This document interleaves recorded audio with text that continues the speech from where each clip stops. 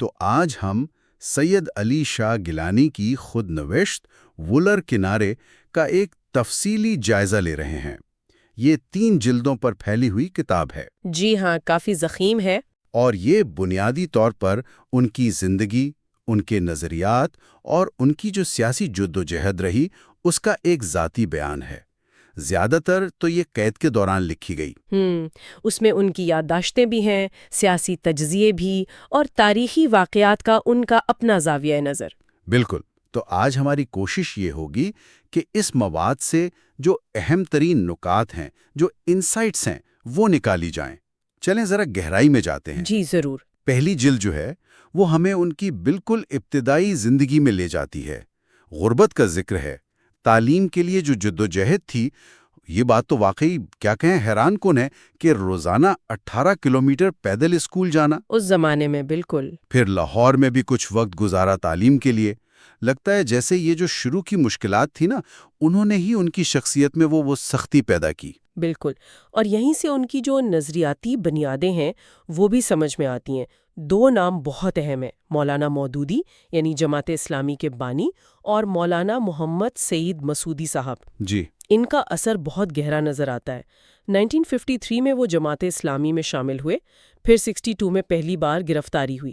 دیکھیں، یہ صرف تاریخیں نہیں ہیں۔ صحیح۔ یہاں اہم بات یہ ہے کہ کیسے مودودی صاحب کے اسلامی نظریے نے گیلانی صاحب کی سیاست کو صرف ایک علاقائی قوم پرستی سے آگے بڑھا کر ایک آپ کہہ لیں وسیع اسلامی شناخت سے جوڑا، اور یہی ان کے موقف کی سختی کی ایک بڑی وجہ بنی۔ اچھا۔ جی، اسی بنیاد پر ان کا وہ اٹل موقف بنا جو ہم بعد میں دیکھتے ہیں۔ اور یہ اٹل موقف ان کے سیاسی کریئر میں بھی بالکل واضح ہے۔ دوسری جلد میں اس کا ذکر ہے۔ 72 سے 87 تک کافی لمبا عرصہ وہ سوپور سے رکن اسمبلی رہے۔ جی، 15 سال۔ 15 سال۔ لیکن پھر 1989 میں جب مسلح جدوجہد شروع ہوئی تو استعفیٰ دے دیا، یہ کہہ کر کہ بھارتی انتظام کے تحت الیکشن میں حصہ لینا ایک طرح سے قبضے کو قانونی حیثیت دینا ہے۔ یہ ایک غیر معمولی قدم تھا، نظام کے اندر رہ کر اسے مسترد کرنا۔ یقیناً، اور یہی غیر مصالحانہ رویہ ہمیں 1993 میں کل جماعتی حریت کانفرنس APHC کی تشکیل میں ان کے کردار میں بھی نظر آتا ہے۔ ان کا موقف بالکل صاف تھا، کشمیر کا پاکستان سے الحاق اور بھارت سے بات چیت، وہ بھی صرف اس شرط پر کہ پہلے کشمیر کو متنازع علاقہ تسلیم کیا جائے۔ اچھا۔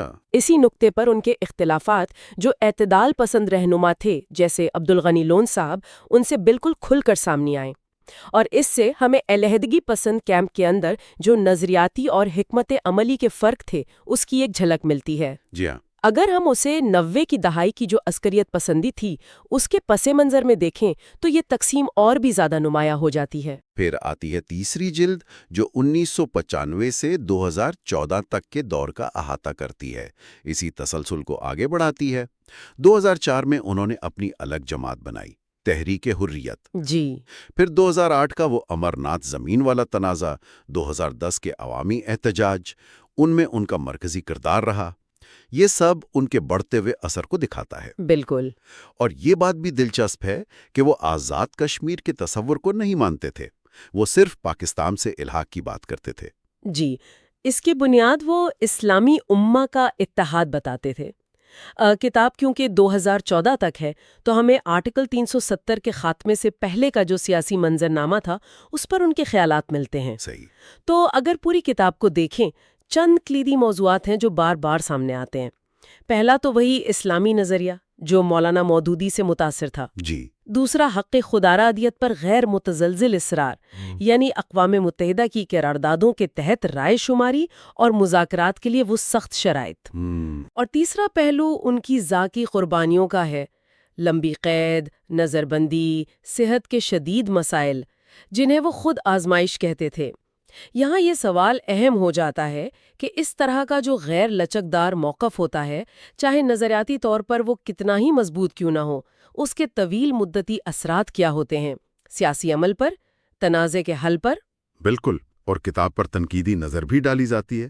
غیر جانبداری سے دیکھیں تو اس کی اہمیت تو ہے، یہ ایک اہم تاریخی دستاویز ہے، کشمیر تحریک کا ایک اندرونی نقطہ نظر ملتا ہے۔ جی، گیلانی صاحب کی شخصیت اور نظریات کو سمجھنے میں مدد ملتی ہے۔ ان کو جو نشان پاکستان ملا اس کا ذکر بھی کتاب میں ہے، لیکن تنقید یہ ہوتی ہے کہ بیانیہ یک طرفہ ہے، اس میں سیکولر قوم پرستوں یا آزاد کشمیر کے حامیوں کے لیے زیادہ جگہ نہیں ہے۔ صحیح۔ اور یہ بھی کہا جاتا ہے کہ مذاکرات سے جو مسلسل انکار رہا، شاید اس نے مسئلے کو آپ کہیں طول دینے میں بھی کردار ادا کیا ہو۔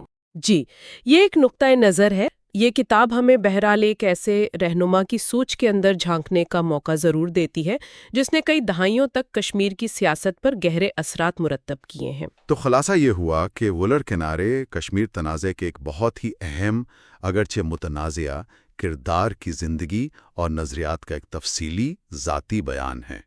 یہ ہمیں اس پیچیدہ تاریخ اور سیاست کو سمجھنے کے لیے ایک ضروری بھلے ہی ایک رخا صحیح زاویہ فراہم کرتی ہے۔